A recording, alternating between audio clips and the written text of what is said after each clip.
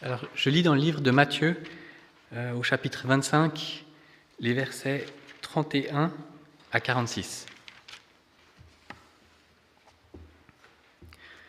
Lorsque le Fils de l'homme viendra dans sa gloire avec tous les anges, il s'asseyera sur son trône de gloire. Toutes les nations seront rassemblées devant lui. Il séparera les uns des autres, comme le berger sépare les brebis des boucs. Il mettra les brebis à sa droite et les boucs à sa gauche. Alors le roi dira à ceux qui seront à sa droite, « Venez, vous qui êtes bénis par mon Père, prenez possession du royaume qui vous a été préparé dès la création du monde. En effet, j'ai eu faim et vous m'avez donné à manger. J'ai eu soif et vous m'avez donné à boire. J'étais étranger et vous m'avez accueilli. J'étais nu et vous m'avez habillé. J'étais malade et vous m'avez rendu visite. J'étais en prison et vous êtes venus vers moi. »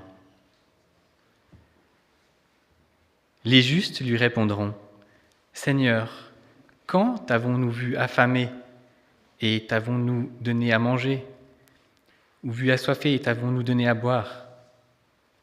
Quand t'avons-nous vu étranger et t'avons-nous accueilli, ou nu et t'avons-nous habillé?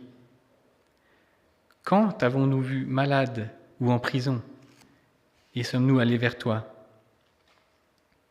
Et leur roi leur répondra, « Je vous le dis en vérité, toutes les fois que vous avez fait cela à l'un de ces plus petits de mes frères, c'est à moi que vous l'avez fait. »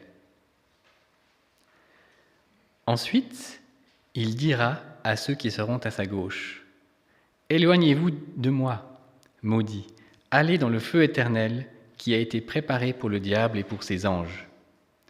En effet, j'ai eu faim et vous ne m'avez pas donné à manger. J'ai eu soif et vous ne m'avez pas donné à boire. J'étais étranger et vous ne m'avez pas accueilli. J'étais nu et vous ne m'avez pas habillé. J'étais malade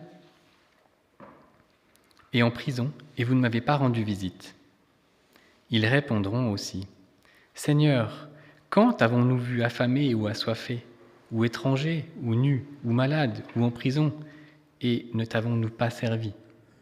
Et il leur répondra, « Je vous le dis en vérité, toutes les fois que vous n'avez pas fait cela à l'un de ces plus petits, c'est à moi que vous ne l'avez pas fait. » Et ils iront à la peine éternelle, tandis que les justes iront à la vie éternelle.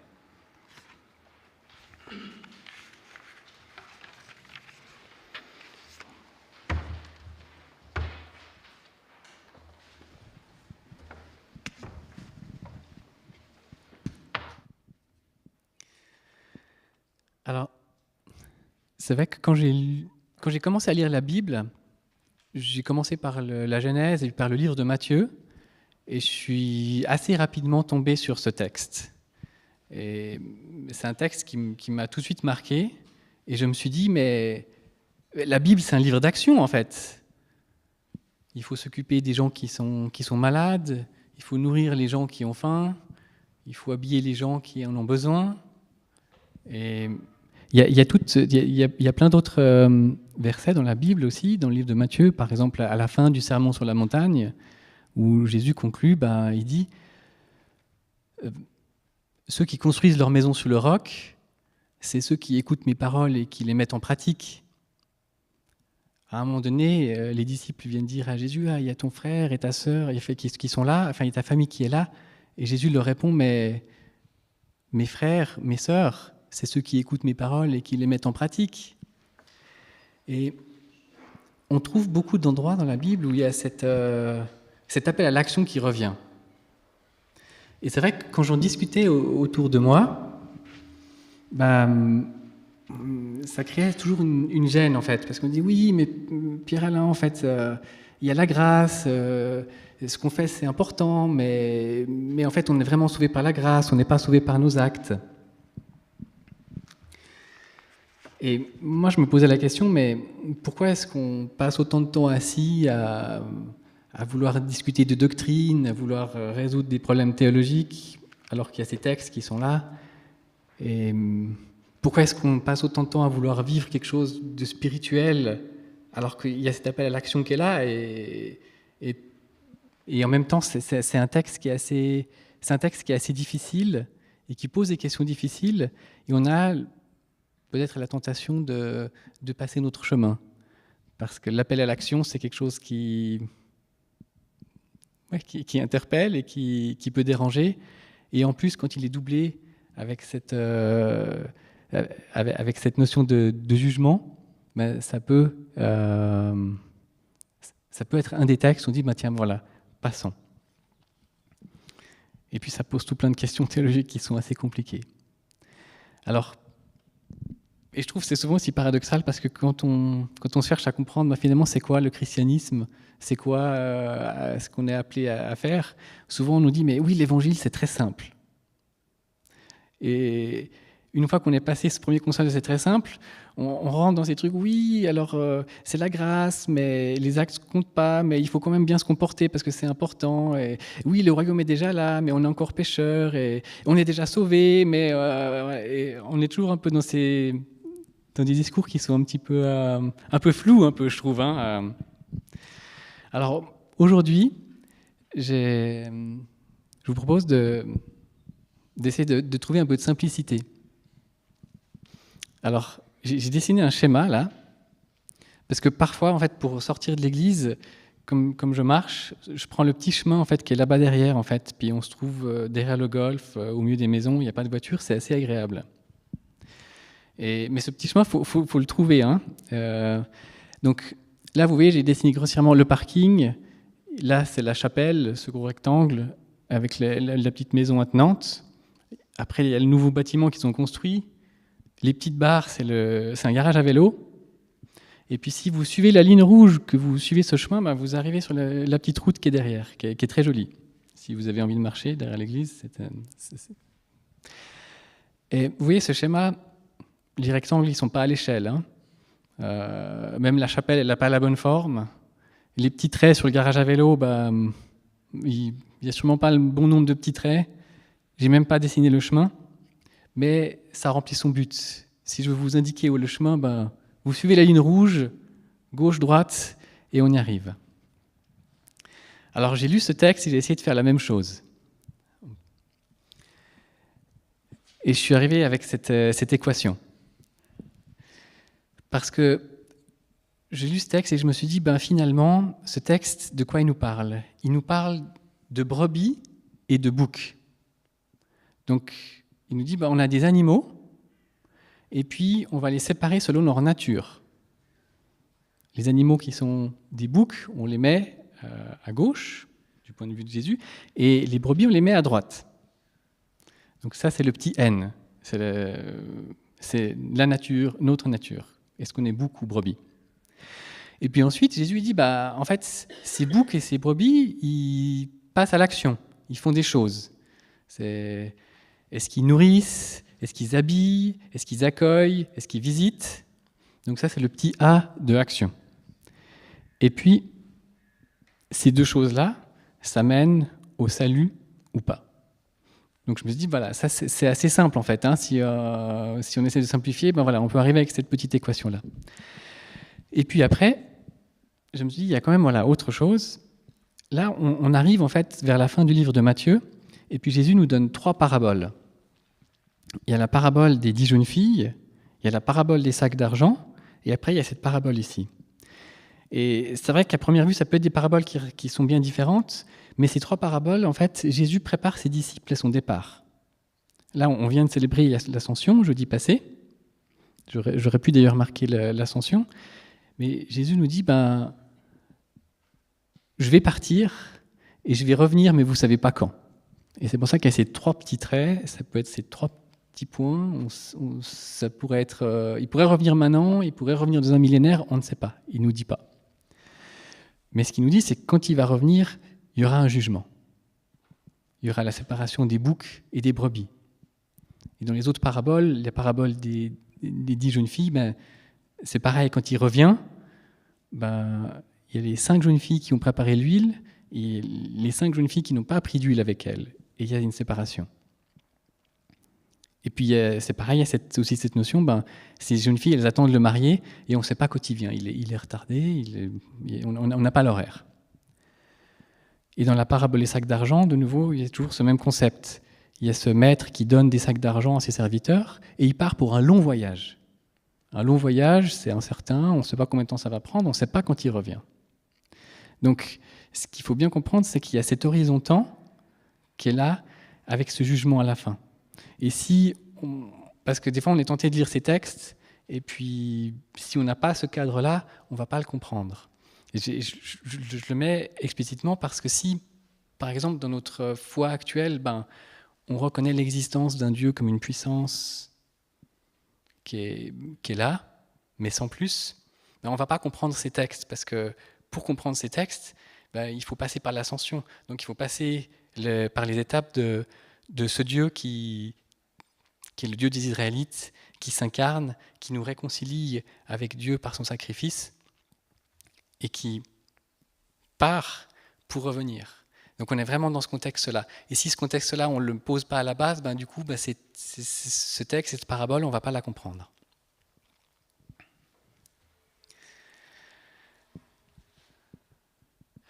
Et donc, revenons aux équations, et puis essayons de penser un petit peu au salut et au jugement.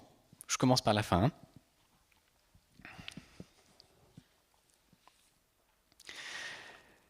Le salut et le jugement, c'est quelque chose qui peut faire peur. C'est quelque chose qui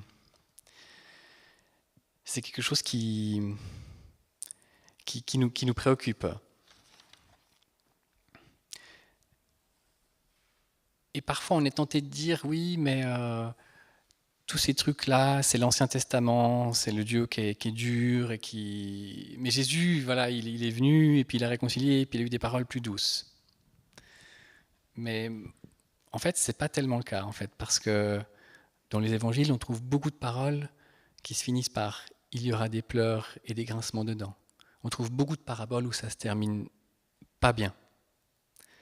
Je pense notamment aux paraboles du chapitre 13, où Jésus donne plusieurs paraboles pour enseigner à ses disciples. Et puis, il donne cette image, le royaume de Dieu, c'est comme un filet qu'on jette à la mer, et on récupère plein de poissons. Et puis à la fin, il y a les anges qui trient les poissons. Et les bons poissons, on les met dans les paniers, et les mauvais, on les jette au feu. Il donne cette autre parabole où on sème du blé dans un champ, et il y a un ennemi qui vient planter des mauvaises herbes. Et l'issue de cette parabole, c'est que à la fin, on va faire une grande récolte, et le blé, on va le mettre dans le grenier, et les mauvaises herbes, on va les brûler. Donc il y a toujours cette histoire de jugement qui revient et qui est très fort dans les paraboles de Jésus, et qui peut déranger. Et peut-être un réflexe, peut-être pour nous, c'est de vouloir dire, ok, alors il y a un jugement, il y a un bien et un mal, donc peut-être qu'on peut préparer, anticiper le jugement en faisant, nous, des mini-jugements. Mais c'est là qu'il faut bien voir, dans le petit schéma, nous, on n'est pas dans le rouge ou dans le rose, on est dans les 3 petits points. Le jugement n'est pas encore là, et c'est pas nous qui le rendons. C'est les anges qui viennent, dans les paraboles, c'est les anges, ou ici, en l'occurrence, c'est le roi qui sépare à sa gauche et à sa droite. C'est pas nous qui rendons ce jugement. Donc nous, on est dans les 3 petits points, et on ne sait pas quand le jugement va arriver. Et donc, notre défi, notre question, ou notre condition, c'est comment est-ce qu'on se prépare à ce jugement, et qu'est-ce qu'on fait pour s'y préparer.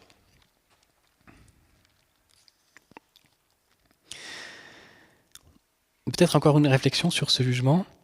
Le jugement, ça peut, comme je disais, ça peut être quelque chose qui fait peur, parce que la Bible présente Dieu comme quelqu'un d'intransigeant, comme quelqu'un qui ne compromet pas.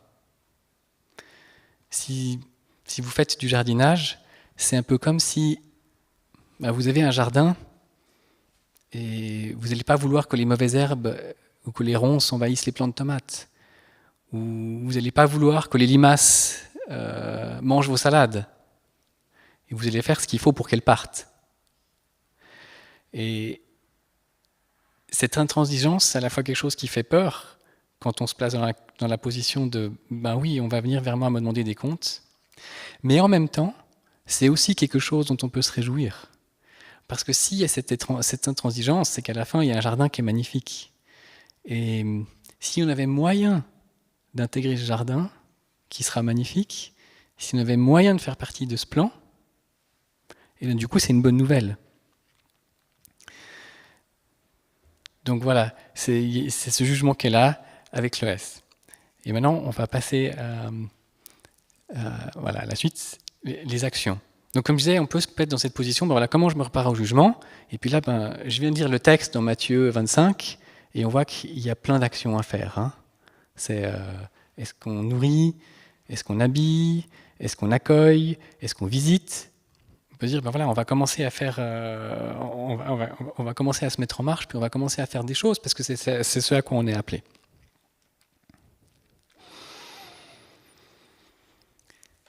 Mais si on passe au slide suivant, j'aimerais essayer de vous mettre un peu en contexte.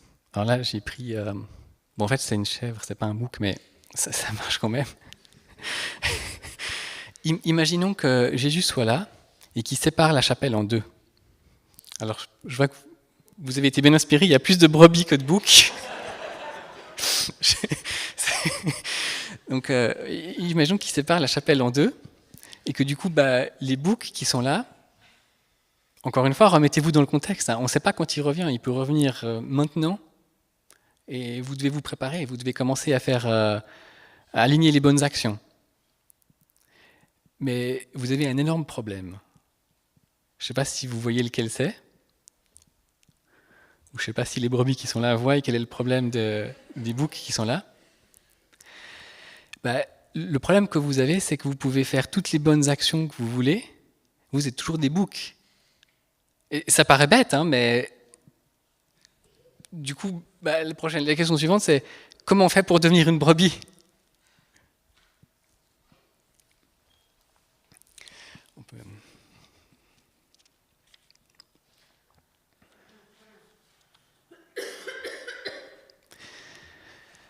Et du coup, ça pose la question de notre nature. Ça pose une question de qui on est. Et encore une fois, je mentionnais tout à l'heure les paraboles du chapitre 13. Il y a le grand filet qui récolte plein de poissons. Et c'est le poisson, est-ce que c'est un bon poisson ou est-ce que c'est un mauvais poisson ? Et si on a un mauvais poisson, comment est-ce qu'on peut devenir un bon poisson ? Et si on est de la mauvaise herbe qui a été plantée dans le champ à côté du blé, est-ce qu'on peut devenir du blé ? Il y a cette question, voilà, on décrit souvent les gens, ils ont une nature telle ou telle. Et il y a encore une autre parabole dans le chapitre 13 que je trouve intéressante pour notre cas, c'est la parabole du semeur. Alors il y a un semeur qui jette des graines un peu partout, hein, il les jette dans plein de terrains différents. Et puis il y a des terrains où il n'y a pas de terre, donc ça ne pousse pas, ça sèche tout de suite.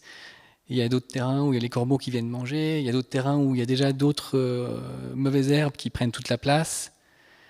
Et puis à la fin, il y a la bonne terre dans laquelle la parabole du semeur, elle germe et elle pousse bien.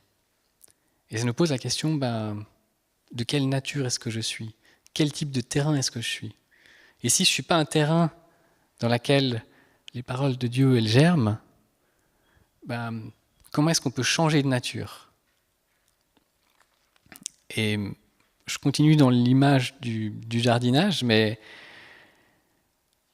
si on n'est pas un terrain où il y a suffisamment de terre, ou si on est dans un terrain où il y a des mauvaises herbes, ce serait bien qu'on puisse appeler un jardinier.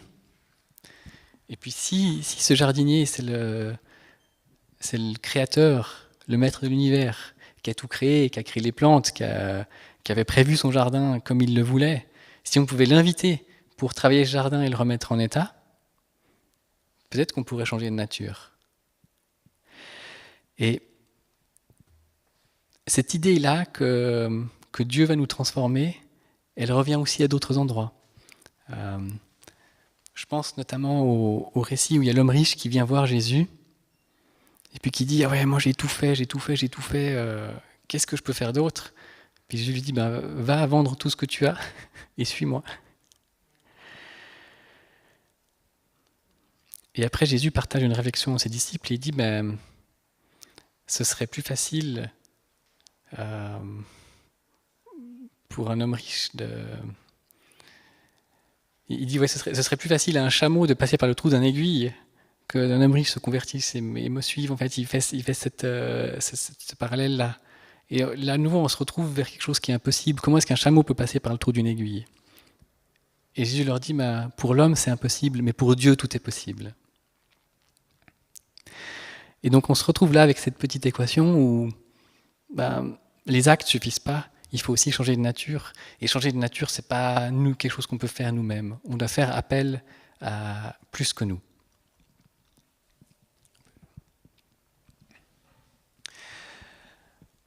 Alors, du coup, j'ai amené encore d'autres petites équations. Parce que pour continuer la réflexion, je suis parti dans la lettre de Jacques, verset 2, chapitre 14, chapitre 2, verset 14, il dit « Mes frères et sœurs, que sert-il à quelqu'un de dire qu'il a la foi s'il n'a pas les œuvres? Cette foi peut-elle le sauver ?» Alors c'est très court, c'est très simple, mais le point de Jacques, finalement, c'est de dire, F, est-ce que vous avez la foi, plus les actes, égale le salut. Alors j'ai pas fait beaucoup de... Enfin, si j'ai fait quand même un peu de mathématiques, mais du coup, ça veut dire que N et F, ils doivent être un peu similaires, ils doivent être pareils. Et c'est pour ça que je me suis permis de mettre cette petite égalité. Notre nature et la foi, ça semble être quelque chose qui est lié. Alors, rappelez-vous du schéma, c'est une simplification. Mais d'une certaine manière, on en revient à cette idée que quand on croit à quelque chose, on donne une petite partie de nous-mêmes. Quoi que ce soit qu'on croit. Et on doit croire à quelque chose. Et donc la question c'est où est-ce qu'on donne notre cœur? Et rappelez-vous que Jésus nous dit, là où est ton cœur, enfin là où est ton trésor, là aussi sera ton cœur. Donc quel est notre trésor? Vers qui est-ce qu'on se tourne? Est-ce qu'on se tourne vers Dieu pour avoir une relation avec lui?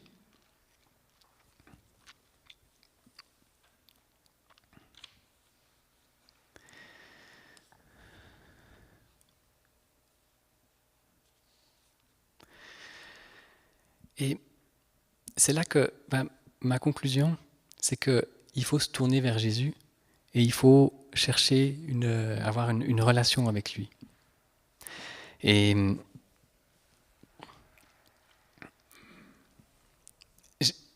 ça pose la question de qu'est-ce qui fait qu'on va suivre quelqu'un? Qu'est-ce qui fait qu'on va croire quelqu'un et qu'on va se mettre en action?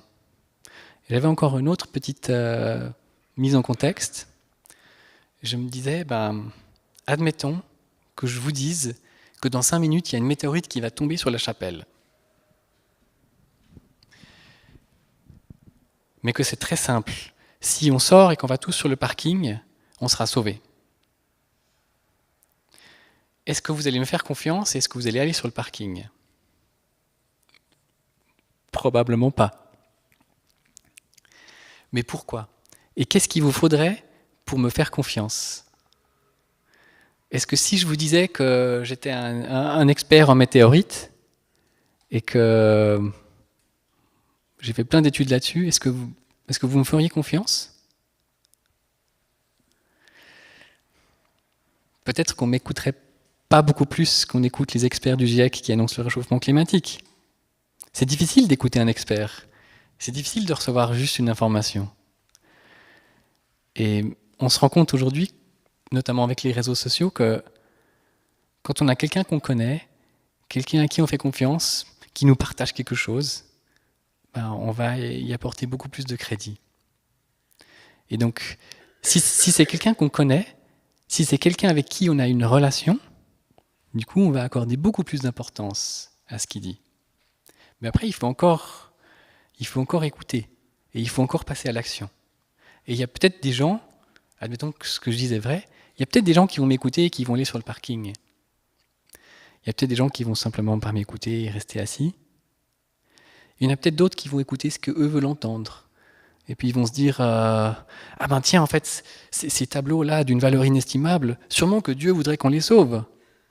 Et peut-être que quand la météorite va tomber, peut-être qu'ils sont en train de décrocher les tableaux.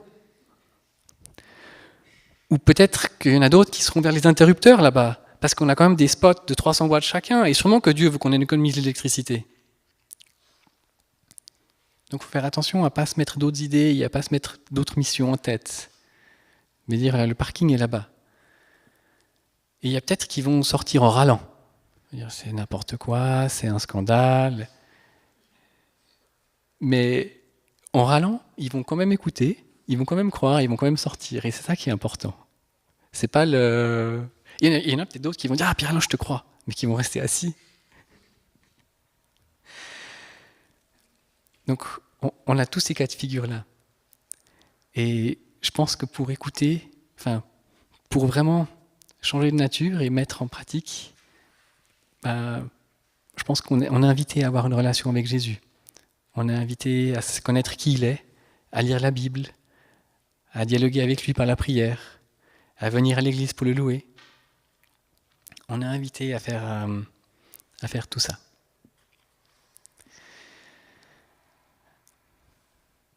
Et donc voilà, la question de base, c'est notamment une question qui ressort à la fin de la parabole des 10 jeunes filles. Les 10 jeunes filles qui n'ont pas d'huile et qui vont vite en acheter et qui arrivent en retard. Du coup, c'est plus le marié qui leur ouvre la porte. Le marié est devenu Seigneur, Seigneur. C'est bien de Jésus qu'on parle.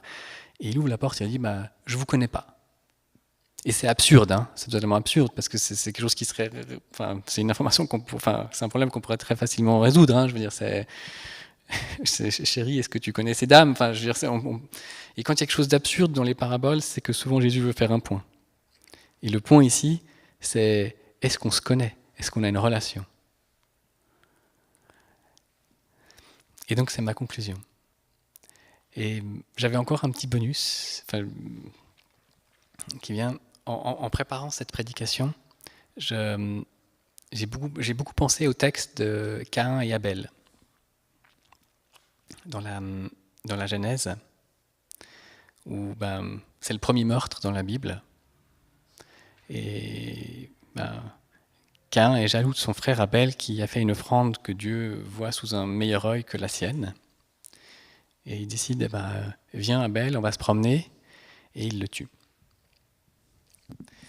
Et dans ce récit, immédiatement après, il y a Dieu qui apparaît, qui vient à la rencontre de Caïn, et qui lui dit, où est ton frère? Et Caïn, est-ce que je suis son gardien? J'en sais rien. Et Dieu lui répond que le sang d'Abel crie à lui depuis la terre. Et je trouve que ce récit, il illustre bien, peut-être ça vous surprend, mais il illustre bien la situation dans laquelle on se trouve. D'abord, quand Dieu dit « le sang d'Abel crie de la terre jusqu'à moi », je trouve que c'est très fort et je trouve que c'est très actuel. Ça montre un Dieu qui est souverain et qui voit tout et qui va demander des comptes à tout le monde. Et donc on revient avec cette idée du jugement. Mais en même temps, c'est pas un jugement qui est foudroyant. C'est pas Dieu qui vient dire « Caïn, tu as fauté » et il est foudroyé sur place. Dieu vient avec un dialogue. Et moi j'entends un dialogue qui, compte tenu de la situation, qui est doux. C'est Caïn, où est ton frère? Et donc, il y a ce dialogue, et ce dialogue, c'est pour Caïn une opportunité de faire repentance. C'est une opportunité de changer, et c'est une opportunité de se confier à Dieu. Et donc, vous voyez, tout à l'heure, on avait les 3 petits traits, et nous, on est dans cette période de 3 petits traits. Et qui que ce soit qu'on soit, quoi que ce soit qu'on ait fait, Dieu vient vers nous et Dieu vient dialoguer avec nous. Et Dieu nous appelle à un dialogue pour qu'on puisse faire preuve de repentance, pour qu'on puisse se confier à lui et pour qu'on puisse être sauvé et pour qu'on puisse participer à son plan d'un jardin sans limaces.